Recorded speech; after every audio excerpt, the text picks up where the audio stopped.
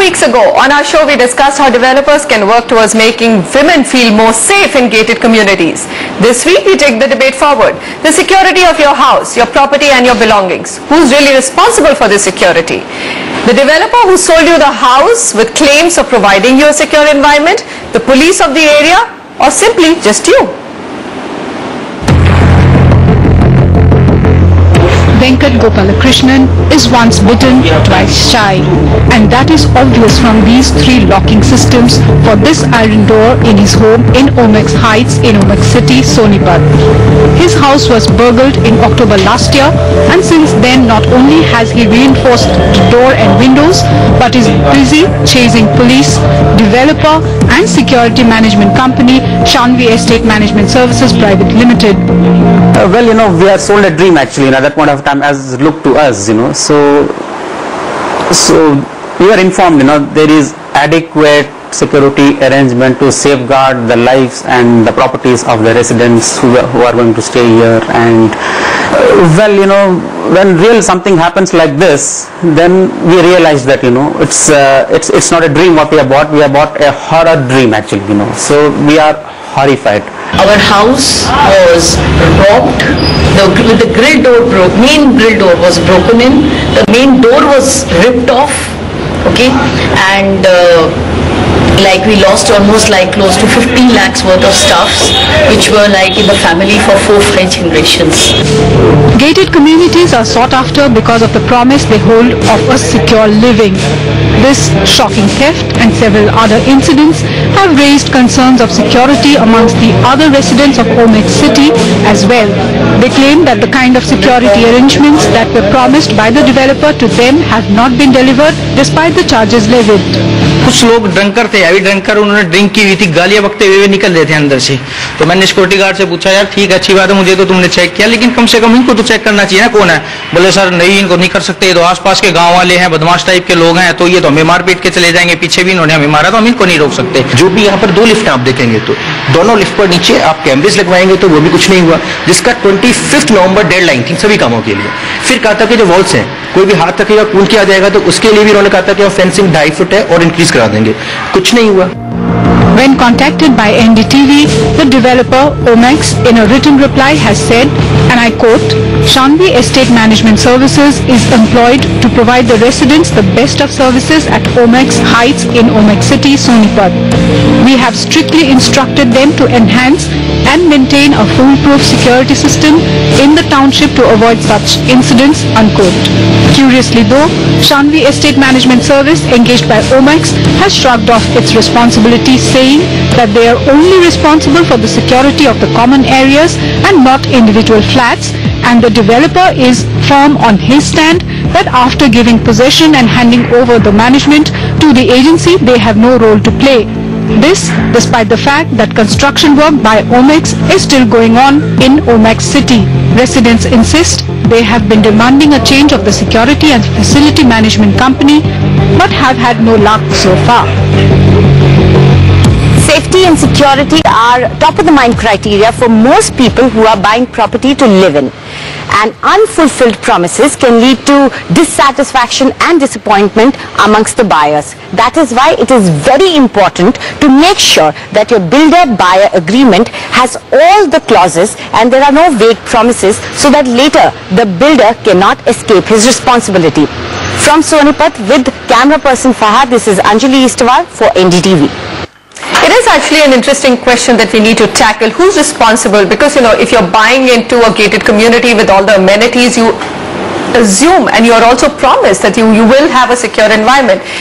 So, can the developer just wash off his hands? Manish Upadhyay, partner SNG and partners, advocates and solicitors, and we also have with us TushankarSaroha, VP Unnati Fortune Group. Gentlemen, thank you very much for joining in.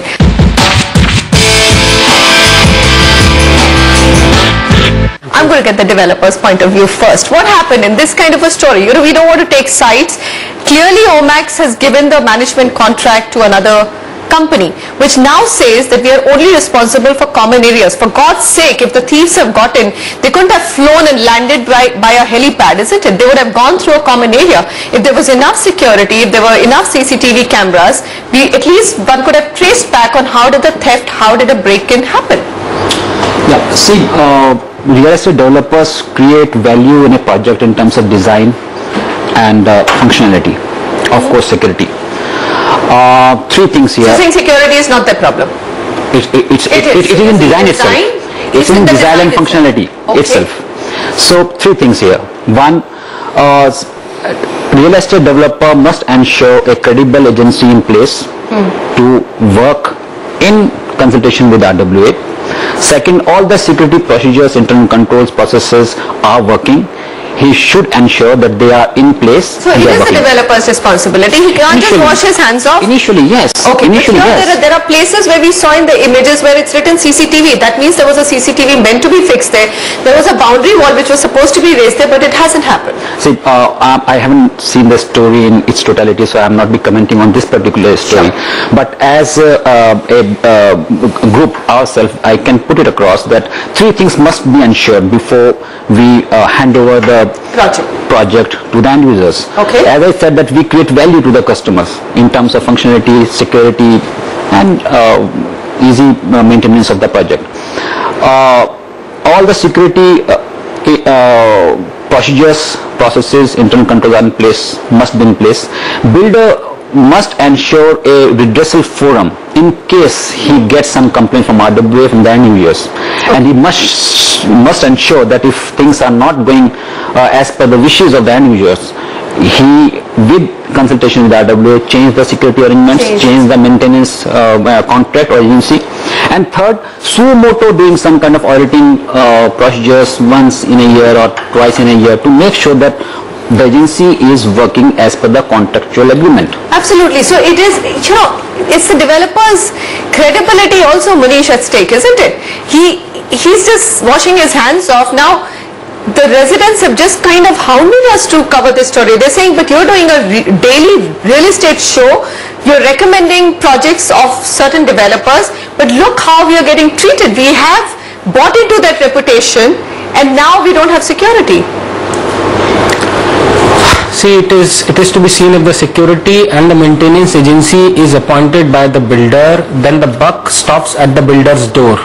The vicarious liability for the security and maintenance of the building lies on the builder.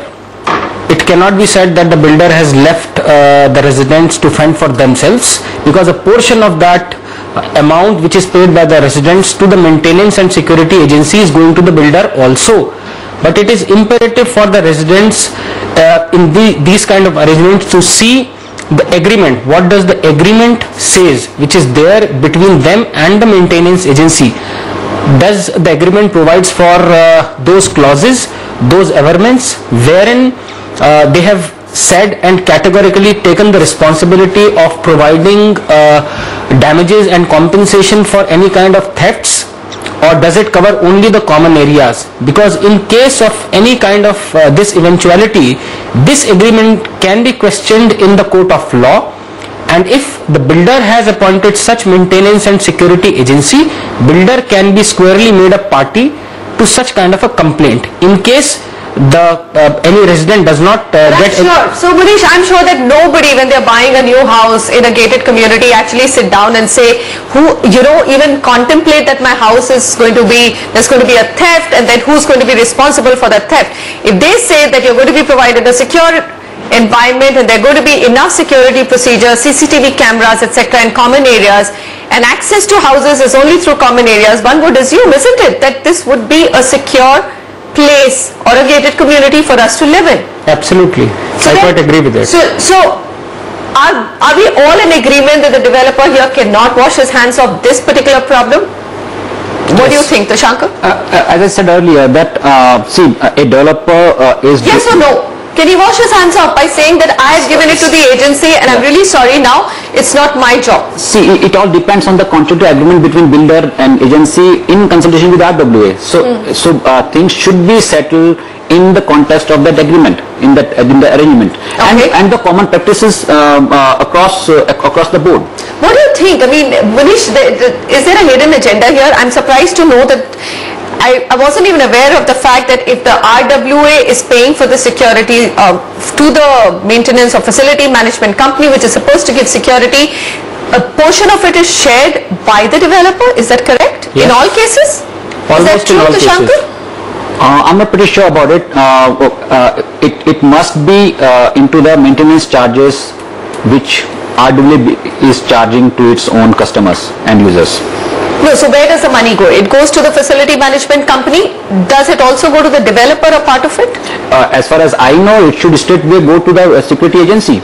We have housekeeping budget charges, we have Manish, security, we have horticulture. What makes you believe? I mean, is there enough example and enough proof to say that developers share in the revenues? You have to really see the kind of maintenance charges which are being paid by the residents to the maintenance agency for the developers.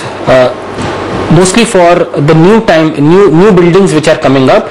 It is I have no qualms in saying it is a money making machine for the builders.